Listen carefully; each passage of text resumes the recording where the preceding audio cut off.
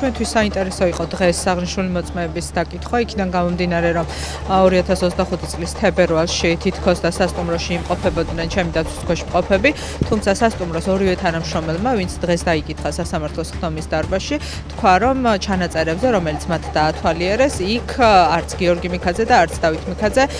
არ უნახავთ. ასევე დამატებით ჩემ შეკითხვაზე ზოგადად იცნობდნენ თუ არა ამ ადამიანებს, თქვეს, რომ არასდროს მათ შესახებ რაიმე ინფორმაცია არ გაუგიათ. რაც იყო ყველაზე მნიშვნელოვანი, რომ